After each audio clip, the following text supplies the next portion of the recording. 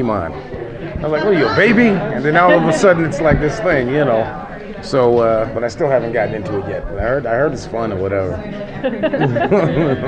So, Mekhi, are you just doing a cop drama because the time travel doesn't really affect your character? No, it does in the sense that because it affects the people that I really care about. Riley's character, Frank, being my best friend. Me sort of being like the fun uncle, but when he passes away, becoming more of a mentor and a surrogate father in essence for Raimi, Peyton's character. So the drama that they're going through, whether he's alive in my reality or he's dead, is very much affecting me because it affects these people and their attitudes and the way that. Because I don't know yet what could be going on, but at some point it's going to be like, how come you guys, you're always at the right place at the right time for some odd reason, and how is that possible, And so we'll start to raise those kind of questions. So even though I am sort of, going about my normal life in essence, I am being affected, and I will be affected by their talking to each other. Is it hard to keep track between, the past, the present, and what your character knows or doesn't know? Well, not yet. I mean, as far as me as an actor, that's an interesting thing. Reading the scripts is a very much a highlighting experience because you have to really literally highlight. Okay, so this is '96. I know this then, but this happened, so now I don't know that, and then bouncing back to 2016. So. It's a little bit tricky, but that's what I love about acting and doing a multitude of different projects. There's always something new around the bend, and I get to sort of explore and do things that I haven't done before. So it does help to have that mindset because yes, it is very intricate for me. But when you see it as an audience, it's not confusing. But it's just about us putting in the work and making sure that everything lines up in the right way so that as an audience, you're not going, oh, come on, last episode they said this doesn't make sense. So it's really an effort between the writers and us to make it authentic and, as much as time travel can be. So it's an interesting process. Brad Anderson directed your pilot. He's mostly a director of horror, thriller type things. What as a director directing the pilot, what did that do to the genre maybe where you guys think that you sit, or what did he bring in that sense? Brad's a great director.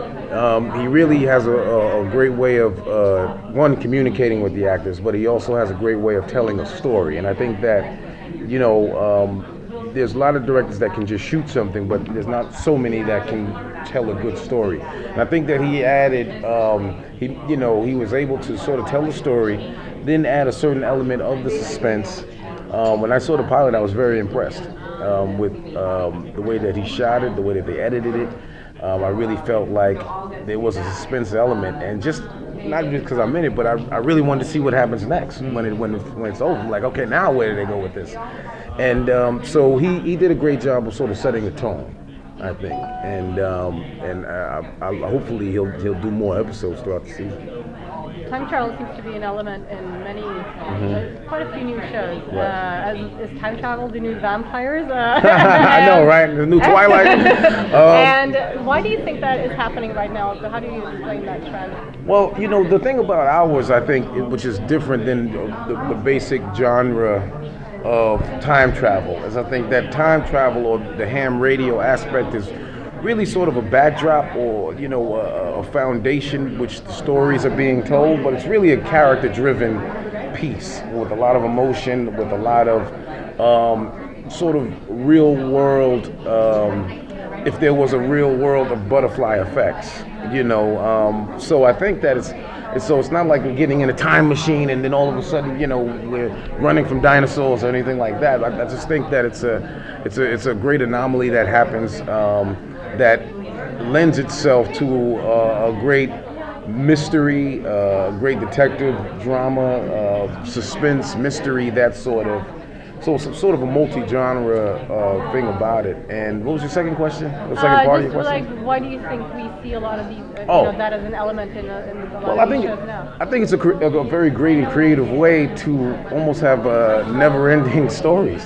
I think you can go to so many different places with this sort of thing because, and especially in ours, and I haven't seen the other ones, but with ours, one change of something in the present or one change of something in the past really affects when you come back to the present. So it's about like trying to do, like, I get asked a lot, like, if you could change one thing in the past, it's really hard to answer that because then it would affect something else, and I may not be here, and I'm very happy to be here. So it's I think that's part of the trend, and that people get really psyched about if it's done well.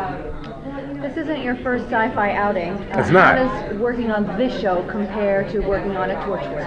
Well, yeah, that's an interesting thing. Torchwood was so different.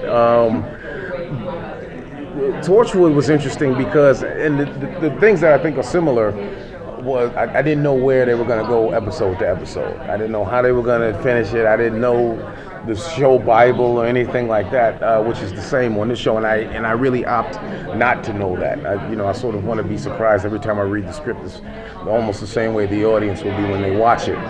But what I think is the similarities is that it's a pushing of an envelope.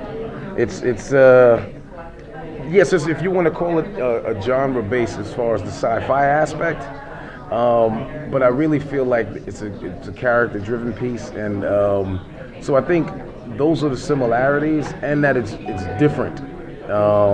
As Torchwood was. Torchwood was very different.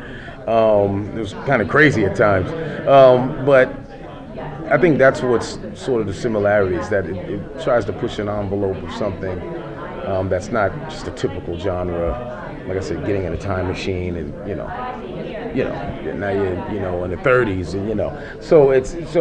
I think those are the similarities. Last question. Oh. We don't have to ask a question. What kind of audience do you think this show will cater to?